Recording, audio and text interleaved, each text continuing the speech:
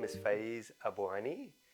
I was invited to speak today because I am gorgeous and I have interesting things to share. Amen. So I chose the name Brique, and I'm happy to give myself credit for that. But it was a long process. At the time, I was torturing myself over it. I was going through a lot of different ideas with my friends, co-founders, comrades, and my partner at the time. We went through a lot of bad names first because the idea was really to build infrastructure for social change. And the basis for that infrastructure was to pool the wealth of people in our very diverse community, some of whom have a lot of wealth and maybe don't feel good about it because they know that inequality and privilege contributes to a lot of the problems that we experience in this world. So I really wanted to build an organization that was autonomous and that did not depend on the government or foundations and was built on solidarity rather than charity. And that was impactful rather than just symbolic. Not that there's anything wrong with symbolic action. So initially the name was the Mutual Aid Fund.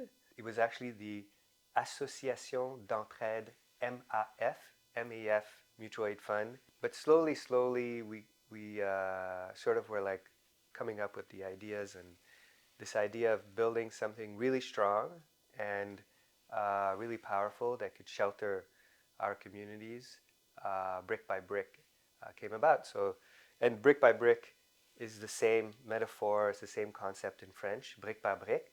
So it also makes French. Naming in Quebec is really tough. So if you come up with a name that people recognize that works in both languages, just go with it.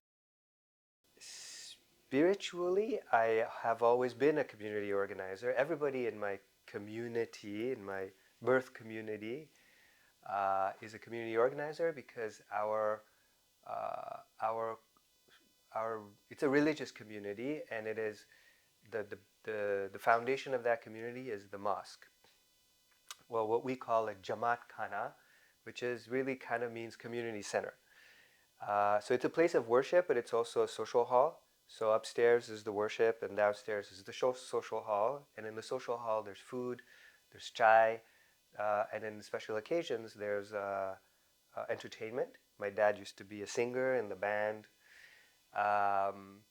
And we have a volunteer corps.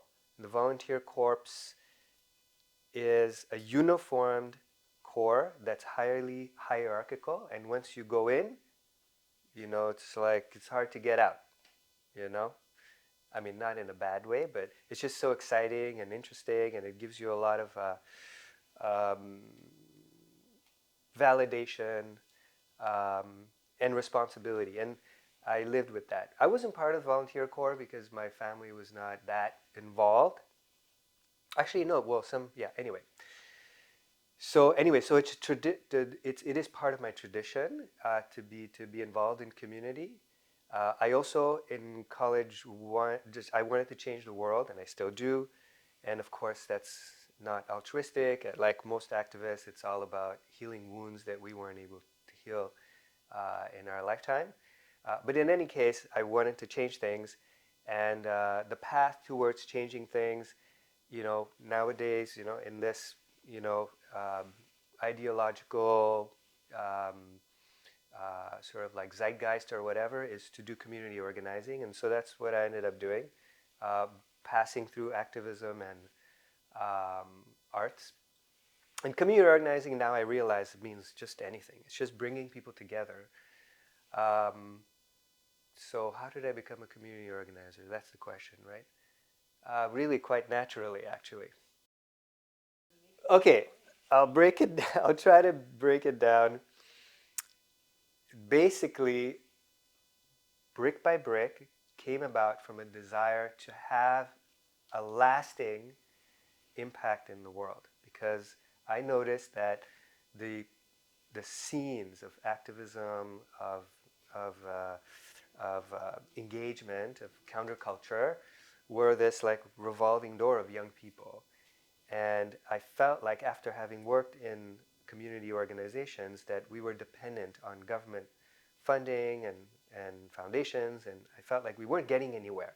I was, starting to learn about revolutionary organizing in the past, and I wanted to get that far. And I felt like we were mostly just kind of putting out fires and crying for help, asking the government to change things, regularizing migrants, recognizing the contribution of diverse people in this society.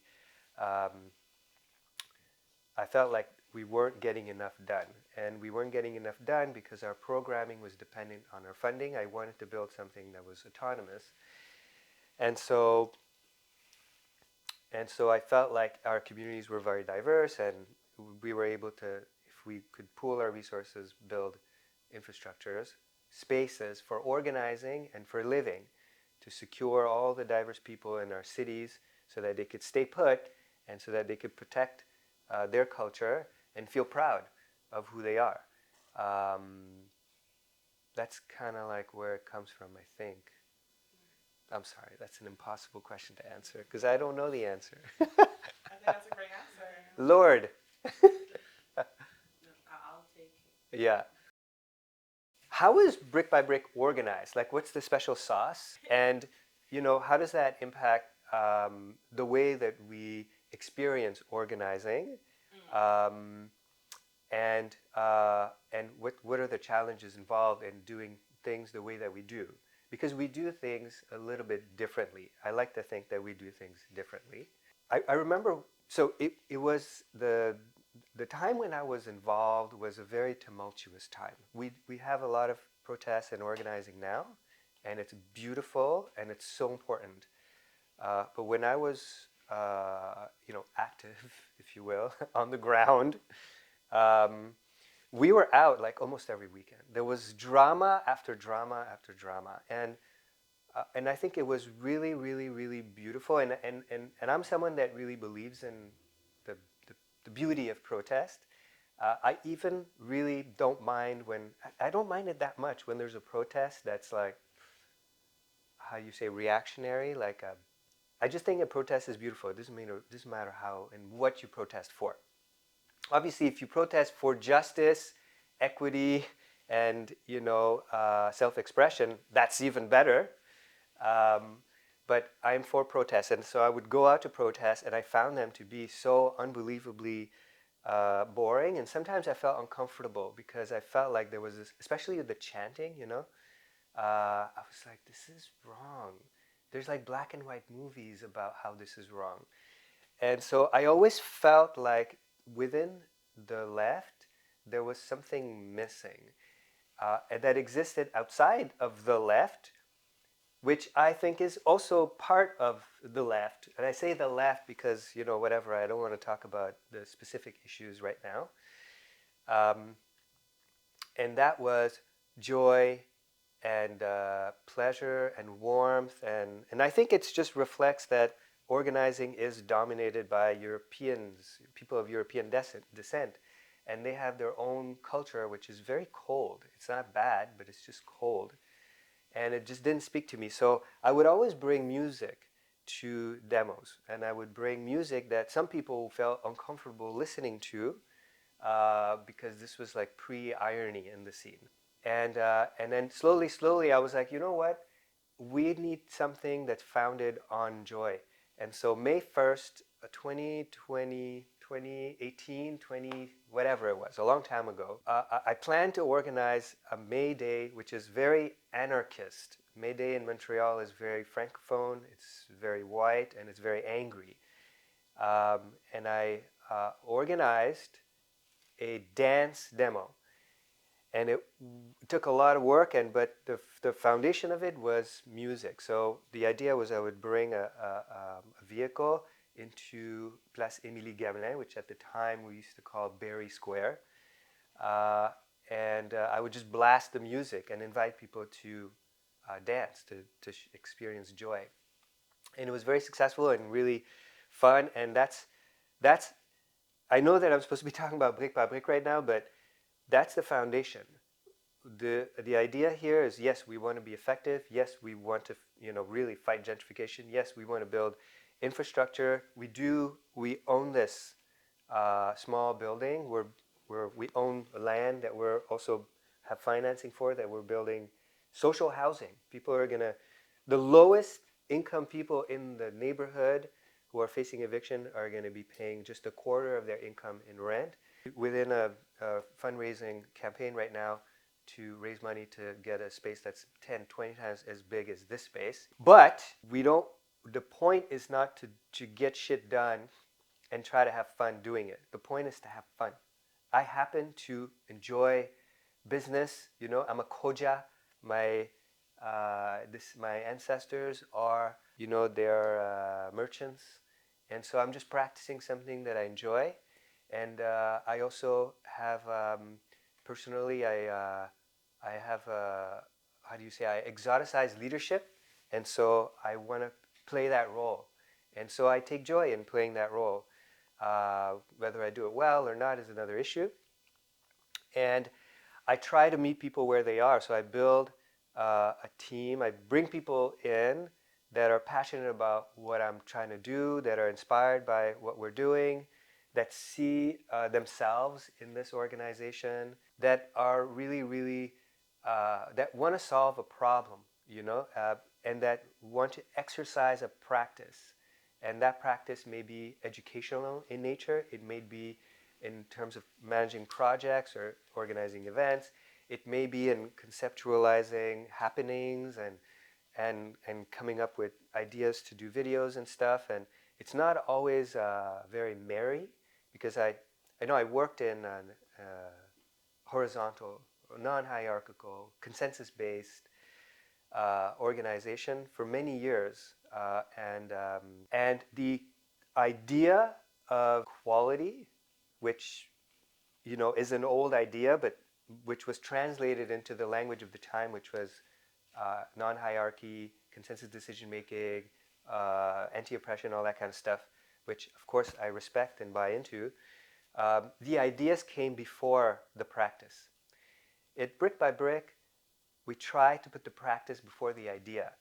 And so that means that we bring ourselves and our whole selves into how we organize. And we are the product of our lives. We are the product of our upbringing. We are the product of our society. And so the pageantry of organizing at Brique by Brique is a hierarchical one, because that's what we live in. But the feeling and the experience is an entirely consensual one. And it is not always joyful, but it is always real. And that's where the joy comes from. The joy comes from feeling like you are living life, real life. That's what we do here. So God knows, like how we are organized is very organic, and it changes all the time, and God knows where we're going. And it can be scary, to not have like these words to hold on to tie us down to something that we can be sure is going to be just and fair and right. We don't have that. But we do have the source. We have the source, and that's what's important. Yeah. There's no struggle without people. And so I can really just focus on this. There's a lot of like ideological stuff, but the big struggles that we've experienced, that I have experienced, at Brique by Brique, and because my position at the organization is the position of like someone who takes on a lot of the risk and responsibility, but also exercises a lot of authority. Not necessarily power. Power and authority are very different. Power at Brique by Brique is diffuse. So when someone wants to do something, they can do it. But they can do it so only as long as they have my trust, and that's where I get the authority. But the challenge is, a lot of times they have to do with this. Okay, so challenge number one, the tension between safety and risk. And taking risk is very, very, very important for a community that is wants to grow because it wants to share its joy and it wants to make its source accessible to people who are maybe lost. And a community that wants to protect. Protect, that means be engaged in the war, whatever that is, all right? That this underlying war in the world that we live in. And so it's important to take risks, otherwise you're not going to get anywhere. But at the same time, you are made up of diverse energies, and there's different people within Brique by Brique that have different levels of security. And for those people, protection and safety is very, very important. So when it comes to budgeting, there's always this tension to want to seek out funding and opportunities that are more secure in exchange for compromising on experimentation, which I think is something that is well known. I think well felt in the community sector. That's a big tension. It's also a tension in the decisions that we make and how we make our decisions. Speaking earlier about governance, so that's a big thing, and it also brings up power dynamics because who gets to take risks? That's something that I have less. I don't have to struggle with as much because I've put in so much. But some people, they have to struggle with that more because they have more to prove because they're here, they're coming in later, and they're coming in exchange for for a job, and so the relationship is different. The relationship to the organization is different. So that's one big tension. Security, safety versus risk, and it also comes out in the kind of partnerships that we make. Sometimes, just the other day I was having a conversation with someone who participated in one of our events, and they were saying that they were dismayed that we were not enforcing a mask mandate, and it's a very valid, important conversation to have. We're looking at spaces right now. The market is really, really challenging. I know that means nothing to most people, but for me it's very important because without space we can't organize. And so for me it's a huge priority to land space, and it's very urgent because we have a certain amount of cash, and the market is now waiting for us. Things are getting more expensive and we're getting priced out. So I'm willing to make compromises, whereas others are saying, well, if we don't get something that's on the ground floor, we're going to be excluding a lot of people who have physical accessibility needs. So these are a lot of conversations that come up all the time. Another big tension, and maybe I'll leave it at that, or challenge, if you will, is the challenge of value versus values. So how do you, as an organization, make money? And that's something that most people don't want to even talk about. Actually, if you talk to community organizers who work in different organizations, they're doing great work. They're doing fantastic work. They're super passionate. Many of them are collaborators. They work here, they use our space, they have their events here, they have their AGMs or whatever. So we're very close, and I love them. I mean, I literally love them. I love community organizers. But if you ask them, who's feeding you, who's paying your rent, like where's this money coming from, they don't know. They don't even know. So the idea that a community group has a business model and is a business, that in itself is like a hurdle.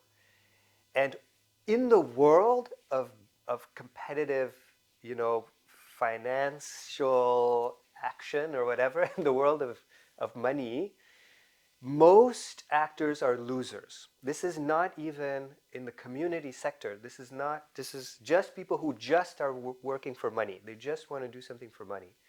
Most of them try and fail. So can you imagine? We're try and succeed, and grow and be sustainable. And in this really cutthroat environment, and on top of that, we have constraints. We have to pay people properly. We have to have protection, security. We have to be flexible, people's time off and all that kind of stuff. um, and there are a lot of things we can't do. Like everything we buy, it has to be more expensive because we have to buy it right. And everything that we sell has to be on a sliding scale. Every service that we offer has to be on a sliding scale. So we're very much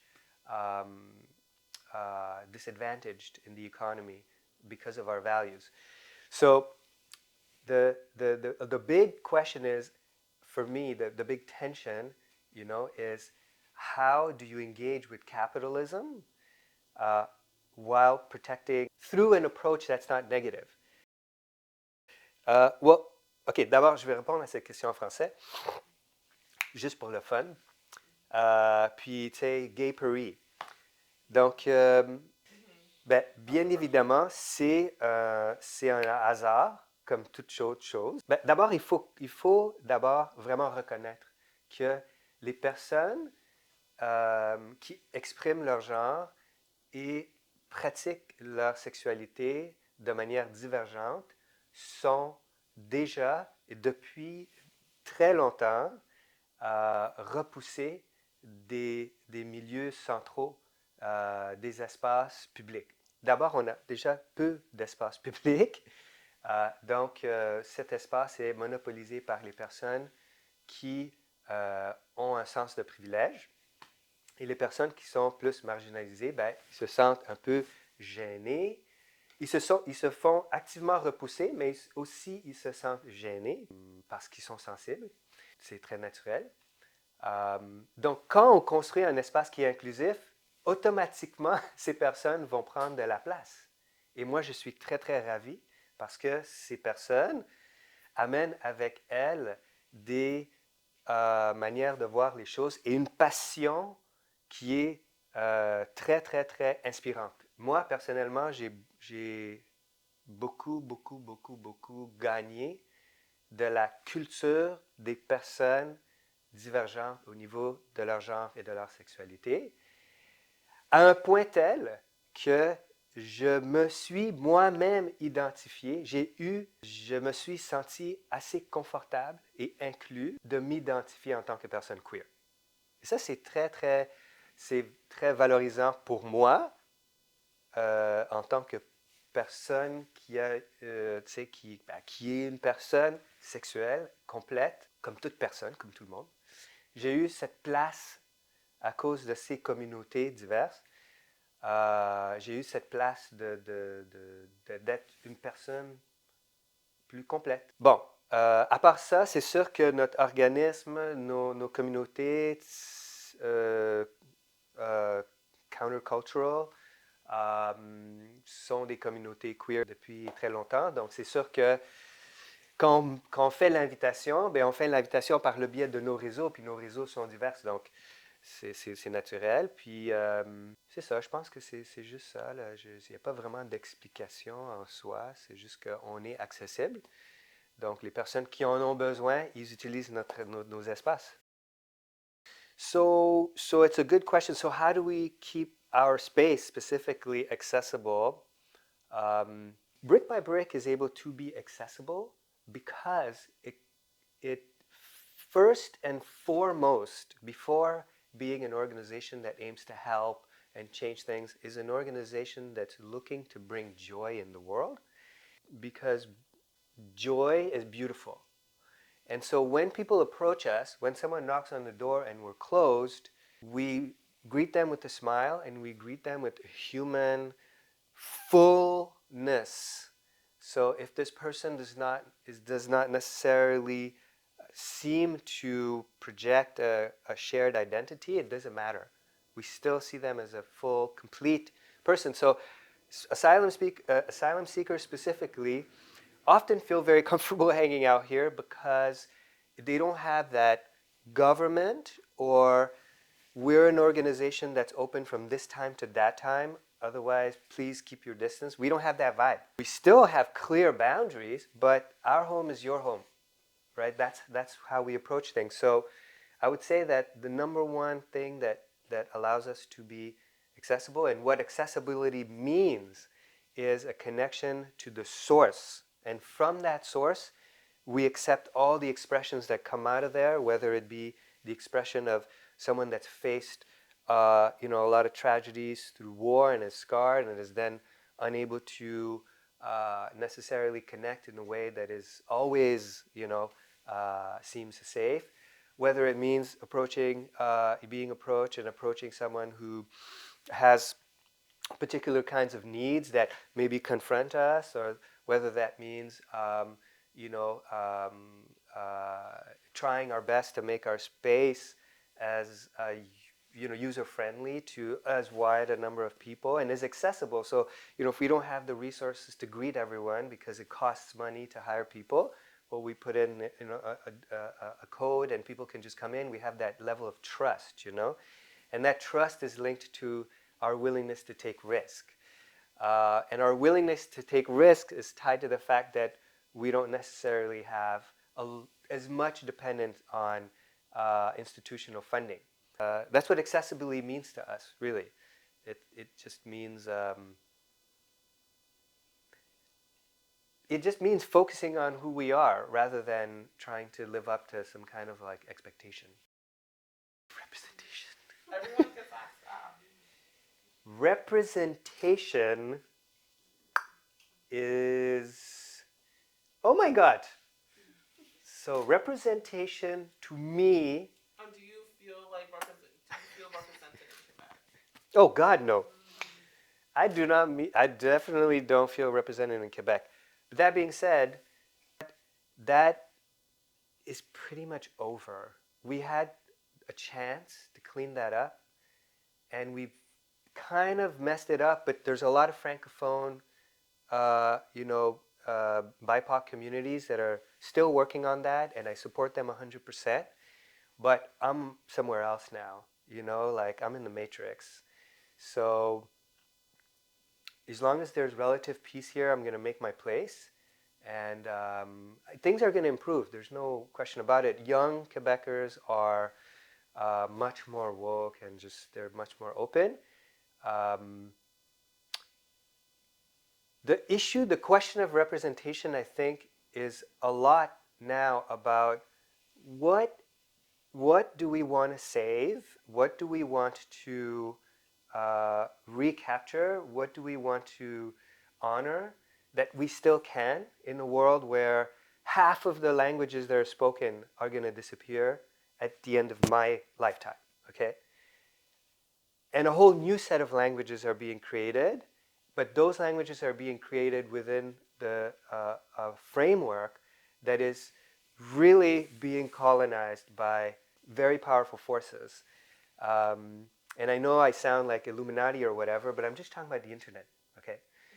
And so we need to create these new languages, and we need to come up with shared languages, And that I don't see that happening. I see a lot of people tying their freedom, separation, and search for uniqueness, and a search for a community. And we need to figure out, how do you build communities? How do you build also a common shared movement? How do you build empathy and humanity? I don't know. I just don't know. Honestly, I don't know. But representation as a practice, there's always going to be room for that. There's always going to be room because we have no choice. As people, we just are expressive animals. That's just what we are. And there's always going to be a lot of rich material for us to, archaeologize. And I wouldn't worry about it. I wouldn't worry about representation. Just be, That's it. Woo woo. Woo!